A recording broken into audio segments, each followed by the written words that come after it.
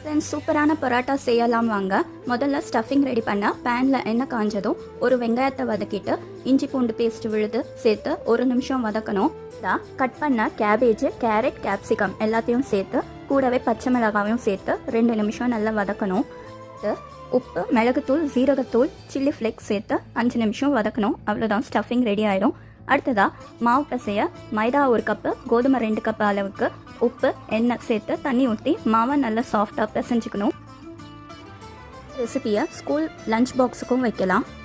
5 நிமிஷத்துக்கு அப்புறமா மாவை உருட்டி ரெடி செஞ்சு வச்சுருக்க ஸ்டஃபிங்கை ஒரு சைடு போட்டு பூர்ண மாதிரி செஞ்சிடணும். இப்படியே எல்லா உருண்டைங்களையும் செஞ்சுட்டு பேனில் எண்ணெய் காஞ்சதும் இந்த பரோட்டாவை போட்டு 2 சைடும் நல்லா ஃப்ரை செய்யணும்.